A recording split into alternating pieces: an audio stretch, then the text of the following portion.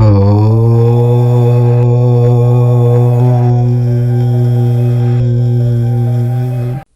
మనం వృశ్చిక రాశి వారి జీవితానికి సంబంధించిన ఒక కీలకమైన విషయం గురించి మాట్లాడుకుందాము.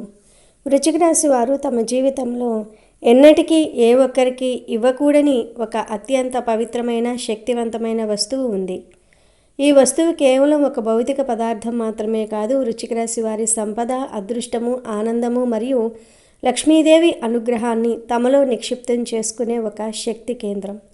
ఈ ఒక్క వస్తువును మీరు మీ సొంత ఇంట్లో వారిని తప్పించి బయటి వ్యక్తులకు, అంటే ఇరుగు పొరుగు వారికి, దూరపు బంధువులకు, అత్యంత ఆత్మీయులైన స్నేహితులకు లేదా మీతో కలిసి పనిచేసే సహోద్యోగులకు మీ చేతులతో స్వయంగా దానం చేసినా, అప్పుగా ఇచ్చినా లేదా మరే రూపంలోనైనా వారికి తరలించిన అది మీ జీవితాన్ని అత్యంత దారుణమైన నరకకూపంలోనికి నెట్టివేసే ప్రమాదం ఉంది. ఈ హెచ్చరికను కేవలం మూఢనమ్మకంగా కొట్టి పారేయడానికి వీలు లేదు. ఇది తరతరాలుగా వస్తున్న జ్యోతిష శాస్త్ర మరియు వాస్తుశాస్త్ర విశ్వాసాలపై ఆధారపడి ఉంది. మీరు గనుక ఈ వస్తువుని ఎవరికైనా ఇచ్చారో కష్టాలు ఎదుర్కొంటారు, నరకం అనుభవిస్తారు. ఇది మిమ్మల్ని భయపెట్టడానికి చెప్తున్న విషయం కాదు, మీ మంచి కోరి చెప్తున్న విషయం ఇది. మరి ఆ వస్తువు ఏమిటి? ఆ వస్తువు ఇవ్వటం వల్ల కలిగే నష్టాలు ఏమిటి అనే విషయాన్ని ఈ వీడియోలో తెలుసుకుందాము. ముందుగా మనం ఈ రాశి వారి వ్యక్తిత్వం గురించి మాట్లాడుకుందాము. వీరిని ఒక్కసారి చూసి పూర్తిగా అర్థం చేసుకోవటం చాలా కష్టం. బయటకు నిశ్శబ్దంగా, సీరియస్గా కనిపించిన లోపల బలమైన భావోద్వేగాలు, గట్టి ఆలోచనలు దాగి ఉంటాయి. ఏ పని చేసినా పూర్తిగా మనసు పెట్టి చేయటం వీరి స్వభావం. అర్ధాంతరంగా వదిలివేయటం వీరికి అస్సలు ఇష్టం ఉండదు. వృశ్చిక రాశి వారి ప్రధాన గుణం పట్టుదల. ఒక లక్ష్యం పెట్టుకున్నారంటే సాధించే వరకు నిద్ర పట్టదు. ఎంత కష్టం వచ్చినా వెనక్కి తగ్గరు. సమస్యలు వీరిని భయపెట్టవు, మరింత బలంగా మారుస్తాయి. అందుకే జీవితంలో ఎన్నో ఒడిదుడుకులు ఎదురైనా చివరికి నిలబడి గెలిచే శక్తి వీరిలో ఉంటుంది. వీరు చాలా గమనించే స్వభావం కలవారు. ఎదుటివారు మాట్లాడే మాటల కంటే మాటల మధ్య దాగి ఉన్న భావాలను త్వరగా గుర్తిస్తారు. అబద్ధం చెప్పిన వారిని వెంటనే పసిగడతారు. అందుకే కొన్నిసార్లు వీరు అనుమానాస్పదంగా కనిపిస్తారు. కానీ అది చెడు మనసుతో కాదు, తమను తాము కాపాడుకోవడానికి మాత్రమే. వృశ్చిక రాశి వారు నమ్మకం విషయంలో చాలా జాగ్రత్తగా ఉంటారు. ఒకసారి ఎవరినైనా నమ్మితే పూర్తిగా నమ్ముతారు. వారి కోసం ఏదైనా చేయడానికి సిద్ధంగా ఉంటారు. కానీ అదే నమ్మకాన్ని ఎవరు అయినా ద్రోహం చేస్తే ఆ బాధను చాలా లోతుగా అనుభవిస్తారు. ఒక్కసారి మోసం జరిగితే మళ్ళీ ఆ వ్యక్తిపై నమ్మకం పెట్టుకోవడం చాలా కష్టం. ప్రేమ విషయంలో వీరు చాలా తీవ్రంగా ఉంటారు. అర్థవంతమైన ప్రేమ, పైపై అనుబంధాలు వీరికి నచ్చవు. పూర్తిగా మనసు పెట్టి ప్రేమిస్తారు. తమ భాగస్వామిపై ఎక్కువ శ్రద్ధ, జాగ్రత్త చూపిస్తారు. కానీ అదే సమయంలో కొంత ఆధిపత్యం భావం కూడా ఉంటుంది. తమ ప్రేమను ఎవరూ ప్రశ్నించకూడదని కోరుకుంటూ ఉంటారు. కోపం వచ్చినప్పుడు వృశ్చిక రాశి వారు చాలా ప్రమాదకరంగా మారవచ్చు. బయటకు చూపించకపోయినా లోపల చాలా ఆవేశం ఉంటుంది. వెంటనే స్పందించరు, కానీ సరైన సమయం చూసుకొని మాట్లాడతారు లేదా చర్య తీసుకుంటారు. అందుకే వీరిని తక్కువ అంచనా వేయటం మంచిది కాదు. వృశ్చిక రాశి వారి లోపం ఎక్కువ అనుమానం మరియు లోపలే బాధపడే స్వభావం. తమ బాధను బయట చెప్పుకోరు, ఒంటరిగా తట్టుకుంటారు. ఇది కొన్నిసార్లు మానసిక ఒత్తిడికి కారణమవుతుంది. అలాగే క్షమించడం వీరికి కష్టం. తప్పు చేసిన వారిని మర్చిపోవటం సులభం కాదు. మొత్తానికి వృశ్చిక రాశి వారు గట్టి మనస్తత్వము, లోతైన ఆలోచనలు, బలమైన భావోద్వేగాలు కలిగిన వారు. నమ్మకం, నిజాయితీ ఇచ్చేవారికి వీరు అద్భుతమైన స్నేహితులు, ప్రేమికులు. తమ భావాలను కొంచెం పంచుకోవటం నేర్చుకుంటే వీరి జీవితం మరింత సంతోషంగా మారుతుంది. ఇక అసలు విషయానికి వస్తే, మన ప్రాచీన శాస్త్రాల ప్రకారం దైనందిన జీవితంలో మనం ఉపయోగించే కొన్ని వస్తువులను లేదా పదార్థాలను మన చేతులతో ఇతరులకు దానం చేయకూడదు లేదా అప్పుగా ఇవ్వకూడదు అనే కఠినమైన నియమాలు ఉన్నాయి. ఈ నియమాలను పాటించకపోతే మనం తెలిసి తెలియక లక్ష్మీదేవిని మన ఇంటి నుండి బయటకు పంపిన వారం అవుతాము. ఈ విషయాన్ని చాలా మంది పట్టించుకోరు. ఏమిటి, ఒక చిన్న వస్తువు మన జీవితాన్ని మార్చేస్తుందా అని అనాలోచితంగా మాట్లాడుతూ ఉంటారు. కానీ మన సనాతన ధర్మంలో మరియు వాస్తుశాస్త్రంలో ప్రతి వస్తువుకు దానికంటూ ఒక ప్రత్యేకత, ఒక శక్తి మరియు ఒక ఆధ్యాత్మిక విలువ నిక్షిప్తమై ఉన్నాయి. ఈ వస్తువులు కేవలం భౌతిక పదార్థాలు కావు. ఇవి మన ఇంట్లో ఉన్న ధనాకర్షణ శక్తికి, అదృష్టానికి మరియు స్థిరత్వానికి ప్రతీకలు. అటువంటి శుభకరమైన వస్తువులను ఇతరులకు ఉచితంగా లేదా అప్పుగా ఇవ్వటం ద్వారా మనం మన సంపదకు మూలమైన శక్తిని వారి ఇంటికి తరలి వచ్చినట్లుగా అవుతుంది. దీనివల్ల మన ఇంట్లో ఆర్థిక సమస్యలు, అనవసరమైన ఖర్చులు మరియు అదృష్టహీనత చోటు చేసుకుంటూ ఉంటాయి. అందుకే మన పూర్వీకులు ఈ శక్తి బదిలీని నిరోధించడానికి కొన్ని వస్తువులను ఎప్పుడూ ఇతరులకు ఇవ్వకూడదని స్పష్టంగా చెప్పారు. అయితే ఈ రాశివారు ప్రత్యేకించి ఒక వస్తువును ఎవరికీ ఇవ్వకండి. ఆ ఒక్క వస్తువు మరేదో కాదు, అది ఉప్పు. ఉప్పు అనేది కేవలం ఆహారానికి రుచిని ఇచ్చే పదార్థం మాత్రమే కాదు, హిందూ సాంప్రదాయంలోనూ అనేక ఇతర సంస్కృతుల్లోనూ ఉప్పుకు అత్యంత ఉన్నతమైన ఆధ్యాత్మిక స్థానం ఉంది. ఉప్పును లక్ష్మీదేవికి అత్యంత ఇష్టమైన వస్తువులలో ఒకటిగా పరిగణిస్తారు. ఎందుకంటే ఇది సాక్షాత్తు సముద్రం నుండి ఉద్భవించింది మరియు లక్ష్మీదేవి కూడా పాలసముద్రాన్ని మదించినప్పుడు ఉద్భవించింది. అందుకే ఉప్పును ఇంట్లో ధనానికి, సుఖ సంతోషాలకు మరియు దుష్టశక్తులను పారద్రోలడానికి ప్రతీకగా భావిస్తూ ఉంటారు. ఉప్పులో అపారమైన శక్తి నిక్షిప్తమై ఉంటుంది. ఇది ప్రతికూల శక్తులను గ్రహించి ఇంటి వాతావరణాన్ని శుద్ధి చేస్తుంది. అందుకే చాలామంది ఇంటి గుమ్మం వద్ద ఉప్పు నీటితో కడగటం లేదా ఒక గిన్నెలో ఉప్పును ఉంచటం వంటివి చేస్తూ ఉంటారు. ఉప్పును దానం చేయటం అంటే మీ ఇంట్లో ఉన్న లక్ష్మీదేవిని, మీ అదృష్టాన్ని, మీ సంపదను మరియు మీ సకల శుభాలను మీ చేతుల మీదుగా వేరే ఒకరికి అర్పించటం లాంటిది. ప్రత్యేకించి రాశివారికి ఈ నియమం అత్యంత కఠినంగా వర్తిస్తుంది. ఎందుకంటే వారి ఆరా చాలా సున్నితంగా ఉంటుంది మరియు వారి ఆర్థిక వ్యవహారాలు నిశితమైన ప్రణాళికపై ఆధారపడి ఉంటాయి. ఉప్పును ఇవ్వటం ద్వారా వారి ప్రణాళికలు అన్నీ తలకిందులై అనూహ్యమైన ఆర్థిక నష్టాలు సంభవించే అవకాశం ఉంటుంది. ఈ రాశివారు సహజంగానే ఇతరులకు సహాయం చేయాలనే తపన కలిగి ఉంటారు. వారు దయగల హృదయాన్ని మరియు పరోపకార స్వభావాన్ని కలిగి ఉంటారు. కానీ ఈ ఒక్క విషయంలో వారి దయ వారికి అత్యంత హానికరంగా పరిణమించవచ్చు. ఒకవేళ ఇరుగు పొరుగు వారు కూరల్లో ఉప్పు లేదనో లేదా ఇంకేదైనా చిన్న అవసరానికో అని వచ్చి మీ వద్ద ఉప్పు అడిగితే మీరు కాదనలేక వారికి కొద్దిగా ఉప్పును మీ చేతులతో కొలిచి ఇచ్చారంటే మీరు చేసిన గొప్ప ఉపకారం కాస్త మీ జీవితానికి శాపంగా మారుతుంది. ఆ క్షణం నుండి మీ ఇంటిపై ఉన్న లక్ష్మీదేవి అనుగ్రహం చంచలమై నెమ్మదిగా ఆ ఉప్పుతో పాటు ఇతరుల ఇంటికి తరలిపోవటం ప్రారంభిస్తుంది. ఇది ఒక శక్తి బదిలీ ప్రక్రియ. దీనిలో మీ శ్రమ, మీ అదృష్టము, మీ సంపాదనలో కొంత భాగం ఆ ఉప్పును తీసుకున్న వ్యక్తికి తరలి వెళ్ళి వారికి మేలు చేయవచ్చు. కానీ అదే సమయంలో మీకు తీవ్రమైన కష్టాలను, అప్పుల బాధలను మరియు అనారోగ్యాలను మిగిల్చే అవకాశం ఉంది. జ్యోతిష్య శాస్త్రం ప్రకారం ఉప్పు ఇవ్వటం అనేది దరిద్రాన్ని స్వీకరించడానికి ఒక మార్గం అని విశ్వసిస్తారు. ముఖ్యంగా మంగళవారము, గురువారము మరియు శనివారాలలో ఉప్పును ఎట్టి పరిస్థితుల్లోనూ కూడా ఎవరికీ ఇవ్వకూడదు అని చెప్తూ ఉంటారు. కానీ ఈ రాశివారు మాత్రం ఏ రోజైనా, ఏ సమయంలోనైనా ఈ విషయంలో అత్యంత జాగ్రత్తగా ఉండాలి. మీ ఇంటి లోపల ఉన్న మీ తల్లిదండ్రులు, భార్య, బిడ్డలు లేదా తోడబుట్టిన వారు తప్పించి బయటి ప్రపంచంలోని వ్యక్తులు అంటే మీ బంధువులు, స్నేహితులు లేదా ఇరుగు పొరుగు వారు ఎవరైనా వచ్చి ఉప్పు అడిగితే వారికి మీ దయను చూపించకండి. మీరు వారికి వేరే ఏదైనా సహాయం చేయవచ్చు కానీ ఈ వస్తువును మాత్రం ఇవ్వకూడదు. ఈ చిన్న పొరపాటు మీ ఆర్థిక స్థిరత్వాన్ని, మీ మానసిక శాంతిని మరియు మీ కుటుంబ సౌఖ్యాన్ని దెబ్బతీయగలదు. మీరు ఈ ఉప్పును దానం చేసినప్పుడు మీరు లక్ష్మీదేవిని సముద్ర గర్భంలోనికి తిరిగి పంపిస్తున్నట్లుగా భావించబడుతుంది మరియు దేవి అనుగ్రహం కోల్పోవటం వలన మీ జీవితం ఒక్కసారిగా నరకంగా మారిపోతుంది. మీ ఇంట్లో ఉన్న డబ్బు నిలవదు, అనవసరమైన ఖర్చులు పెరిగిపోతాయి, వ్యాపారంలో నష్టాలు వస్తాయి, ఉద్యోగంలో సమస్యలు ఎదురవుతూ ఉంటాయి మరియు ఎంత కష్టపడినా ఫలితం అనేది కనిపించదు. దీనిని మరొక కోణం నుండి పరిశీలిస్తే ఉప్పు అనేది పూర్వకాలంలో అత్యంత విలువైన వస్తువు. రోమన్లు దానిని జీతంగా చెల్లించేవారు. అటువంటి విలువైన వస్తువును కేవలం దయతో ఇచ్చివేయటం అంటే మీ కష్టాన్ని మరియు దాని విలువను మీరు తక్కువగా అంచనా వేస్తున్నట్లుగా భావించాలి. ఈ రాశివారు వారి కష్టార్జితాన్ని అత్యంత భద్రంగా ఉంచుకోవాలి మరియు ఉప్పును ఇవ్వటం ద్వారా ఆ భద్రతకు ఒక పెద్ద రంధ్రం పడుతుంది. మీరు మీ చేతులతో ఉప్పును మరొకరికి ఇచ్చారంటే మీ ఇంటి నుండి లక్ష్మీదేవి యొక్క అదృష్టకరమైన శక్తి బయటకు పోవడానికి మీరే దారి చూపిస్తున్నట్లుగా అవుతుంది. ఆ శక్తి స్థానంలో అడిగిన వారి ఇంటి నుండి లేదా వారి జీవితం నుండి దారిద్ర్యం, అప్పులు, అనారోగ్యం వంటి ప్రతికూల శక్తులు మీ ఇంట్లోకి ప్రవేశించడానికి అవకాశం అనేది ఏర్పడుతుంది. ఎందుకంటే శక్తి ఎప్పుడూ ఖాళీగా ఉండదు. ఒక శక్తి పోతే దాని స్థానంలో మరొకటి చేరుకుంటుంది.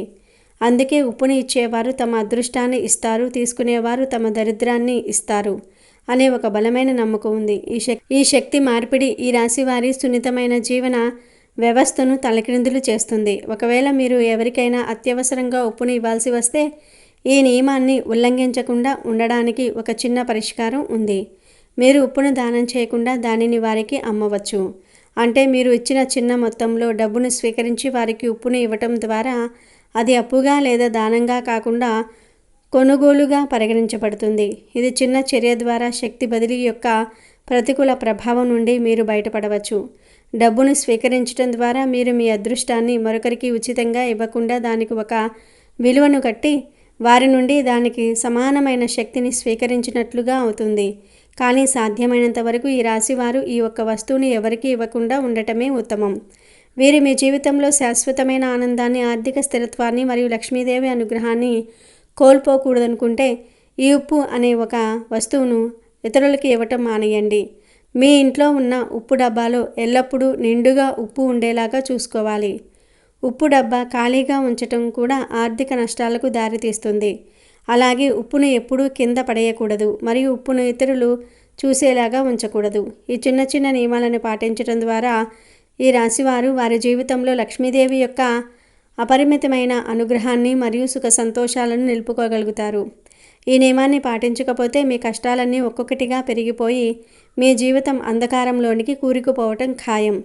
ఉప్పుని ఎవరికైనా ఇవ్వటం అంటే ప్రాణం పోయిన దేహాన్ని మరొకరికి అప్పగించినట్లు.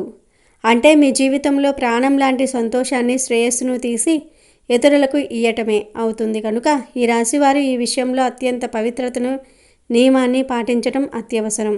కనుక ఈ రాశి స్త్రీలు అనే కాదు, ఈ రాశి పురుషులు కూడా తమ చేతులతో ఉప్పును ఇవ్వటం మరింత తీవ్రమైన పరిణామాలకు దారితీస్తుంది. ఎందుకంటే స్త్రీలు ఇంటికి లక్ష్మీ స్వరూపాలుగా పరిగణించబడుతూ ఉంటారు. మరియు వారి చేతుల నుండి ఉప్పు వెళ్ళటం అంటే ఇంటి లక్ష్మీదేవి స్వయంగా బయటకు వెళ్తున్నట్లుగా భావిస్తూ ఉంటారు. ఈ ఒక్క చిన్న వస్తువు మీ అదృష్టాన్ని, మీ ధనాన్ని, మీ వైవాహిక జీవితంలోని సంతోషాన్ని ప్రభావితం చేయగలదు. కాబట్టి ఎట్టి పరిస్థితుల్లోనూ కూడా ఎవరి ఒత్తిడికి తలొగ్గకుండా ఇరుగు పొరుగు, బంధుమిత్రులు, స్నేహితులు ఎవరైనా సరే వారికి ఉప్పును మీ ఇంటి నుండి ఇవ్వకుండా జాగ్రత్త వహించండి. వారికి అవసరమైతే కొనుక్కోమని చెప్పండి, కానీ మీ చేతులతో దాన్ని వారి చేతులకు ఇవ్వకండి. ఆ కష్టాల నరకంలోనికి మీరు అడుగు పెట్టకండి. ఇది కేవలం ఒక విశ్వాసం మాత్రమే కాదు, మీ ఆర్థిక భవిష్యత్తుకు సంబంధించిన ఒక కీలకమైన నిబంధన. ఈ రాశివారు వారి జీవితంలో క్రమశిక్షణతో పాటు ఈ ఆధ్యాత్మిక నియమాన్ని పాటిస్తే అపారమైన ఐశ్వర్యాన్ని మరియు జీవితంలో ఉన్నత స్థితిని పొందగలుగుతారు. వృశ్చిక రాశి వారి ఇంటిపై ఒక దేవత యొక్క శాపం ఉంది. అవును, మీరు వింటున్నది అక్షరాల నిజం. ఆ శాపం కారణంగానే మీరు జీవితంలోనికి పైకి రాలేకపోతూ ఉన్నారు. ఆ శాపం వల్ల మీరు ఖచ్చితంగా కొన్ని జాగ్రత్తలు తీసుకోవాల్సిందే. దాంతోపాటు మీరు పొరపాటున కూడా ఇప్పుడు మనం చెప్పుకోబోయేటటువంటి తప్పులను అస్సలు చేయకూడదు. కాదు, మాకు నమ్మకం లేదు అని మీరు ఆ తప్పులు చేస్తే మాత్రం ఆ దేవతకు పట్టరాని కోపం వస్తుంది. దాని పరిణామాలు చాలా తీవ్రంగా ఉంటాయి. మరి ఈ రాశివారి ఇంట్లో ఏ దేవత యొక్క శాపం ఉంది అంటే ఆ దేవత మరెవరో కాదు, సర్పరూపంలో కొలువబడే ప్రత్యక్ష దైవం నాగదేవత. అవును, ఈ రాశివారి గృహంపై నాగదేవత శాపం ఉంది. దీనికి అనేక కారణాలు ఉండవచ్చు. మీ పూర్వీకులు ఎవరైనా తెలిసి కానీ తెలియక కానీ సర్పాలకు హాని తలపెట్టి ఉండవచ్చు. లేదా పుట్టలను తవ్వేయటం, నాగదేవత విగ్రహాలను అపవిత్రం చేయటం వంటి దోషాలకు పాల్పడి ఉండవచ్చు. ఆ సర్పదోషమే నేడు నాగదేవత శాపంగా మీ ఇంటిని మిమ్మల్ని పట్టి పీడిస్తుంది. కాబట్టి మీరు పొరపాటున కూడా ఈ తప్పులు చేసి నాగమ్మకు మరింత కోపం తెప్పించకండి. మరి మీరు ఏ తప్పులు చేయకూడదు, ఏ నియమాలు పాటించాలి అని అంటే ఈ రాశి వ్యక్తులు ఎవరినీ కూడా మీ మాటలతో సూటిపోటిగా గుండెల్లో గుచ్చుకునేలాగా దూషించకండి. కోపంలో విచక్షణ కోల్పోయి మాట్లాడడం మీ బలహీనత. కానీ మీ వల్ల ఎదుటి వ్యక్తులు బాధపడి కన్నీరు కారిస్తే ఆ పాపం, ఆ శాపం మిమ్మల్ని అనునిత్య నీడలా వెంటాడుతూనే ఉంటుంది. వారి కన్నీటి చుక్కలు మీ పుణ్యాన్ని హరించి వేస్తాయి. పైగా నాగదేవత మీపై తీవ్రమైన ప్రతికూల ప్రభావాన్ని చూపిస్తుంది. దాంతో మీరు ఏ పని ప్రారంభించినా అది మధ్యలోనే ఆగిపోతుంది. నాగదేవత శాపంతో పనులన్నీ అసంపూర్తిగా మిగిలిపోతూ ఉంటాయి. ఆడవారి జోలికి, పసిపిల్లల జోలికి అస్సలు వెళ్ళొద్దు. వారిని పల్లెత్తు మాట కూడా అనొద్దు. స్త్రీలు సాక్షాత్తు ఆదిపరాశక్తి స్వరూపులు. వారిని అవమానిస్తే సకల దేవతల ఆగ్రహానికి గురి కావాల్సి వస్తుంది. ముఖ్యంగా నాగదేవత స్త్రీ రూపంలో పూజలందుకునే దేవత. కాబట్టి స్త్రీలను కించపరిస్తే నాగదేవత శాపం రెట్టింపవుతుంది. ఈ సమయంలో మీకు ఉన్న చెడు స్నేహాలు, చెడు సంబంధాలను పూర్తిగా తెంచుకోండి. మిమ్మల్ని తప్పుదోవ పట్టించే వ్యసనాలకు బానిస చేసే స్నేహితులకు దూరంగా ఉండండి. అనైతిక సంబంధాల వైపు మనసు మళ్లించకండి, లేకపోతే అమ్మవారి ఆగ్రహానికి మీరు గురి కావాల్సి ఉంటుంది.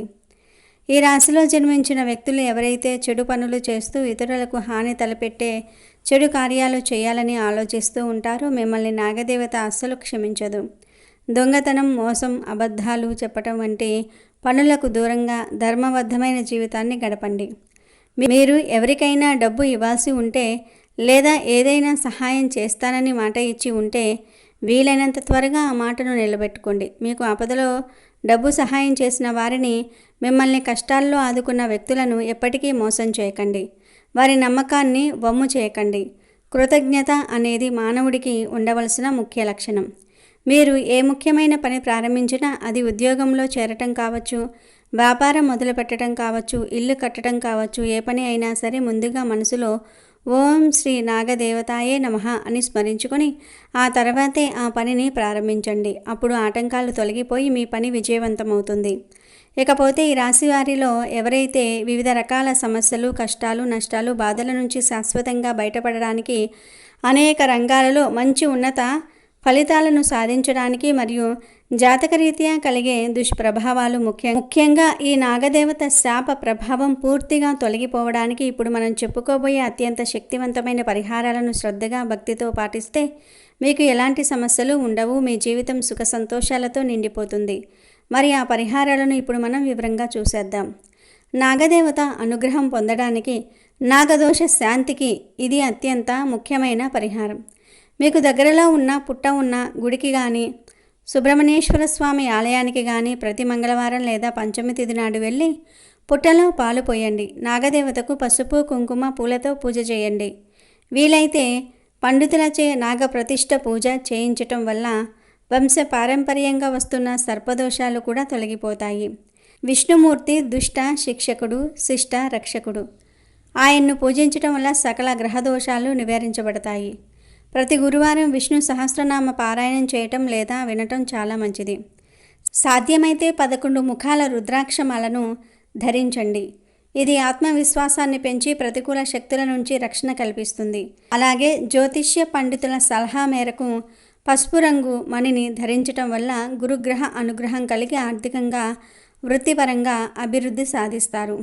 విఘ్నాలకు అధిపతి అయిన గణపతిని పూజిస్తే పనిలో ఒత్తిడి, ఆటంకాలు తగ్గుతాయి. ప్రతిరోజు ఓం గం గణపతియే నమః అని 108 సార్లు జపించండి. మీ జాతకంలో గురు చండాల యోగం వంటి తీవ్రమైన దోషాలు ఏమైనా ఉంటే అనుభవజ్ఞులైన పండితులచే చండాల గ్రహస్థితి పూజ చేయించటం ద్వారా ఆ దోషాల యొక్క దుష్ప్రభావాలను తగ్గించుకోవచ్చు. దానం చేయటం వల్ల పుణ్యం లభిస్తుంది. తేనె, పసుపు రంగు స్వీట్లను గురువులకు, బ్రాహ్మణులకు దానం చేయండి. పేదవారికి, అవసరంలో ఉన్నవారికి పసుపు రంగు వస్త్రాలు, పప్పులు వంటివి దానం చేయండి. పక్షులకు, జంతువులకు, ముఖ్యంగా కుక్కలకు, ఆవులకు ఆహారం పెట్టండి. మూగజీవుల ఆకలి తీర్చటం వల్ల తెలియకుండా చేసిన పాపాలు కూడా తొలగిపోతాయి. మానసిక ప్రశాంతత కోసం గందరగోళం తగ్గడానికి ప్రతిరోజు రాత్రి ఓం శ్రాం శ్రీం శ్రౌం చహ చంద్రమసే నమః అనే చంద్రగ్రహ మంత్రాన్ని జపించండి. ఇప్పుడు మనం చెప్పుకున్న ఈ నియమాలను పాటిస్తూ పరిహారాలను భక్తి శ్రద్ధలతో ఆచరించటం వల్ల క్రమంగా మీ జీవితంలోని సమస్యలు, ఆటంకాలు తొలగిపోతాయి. నాగదేవత శాపం యొక్క ప్రభావం తగ్గి ఆ దేవత యొక్క ఆశీస్సులు మీకు లభిస్తాయి. మీరు నిండు నూరేళ్లు ఆయురారోగ్యాలతో, అష్టైశ్వర్యాలతో, సుఖ సంతోషాలతో హాయిగా జీవిస్తారు. డబ్బుకి ఎలాంటి లోటు ఉండదు. ఆర్థికపరమైన ఇబ్బందుల నుంచి పూర్తిగా బయటపడి సమాజంలో ఉన్నతమైన కీర్తి ప్రతిష్టలను పొందుతారు.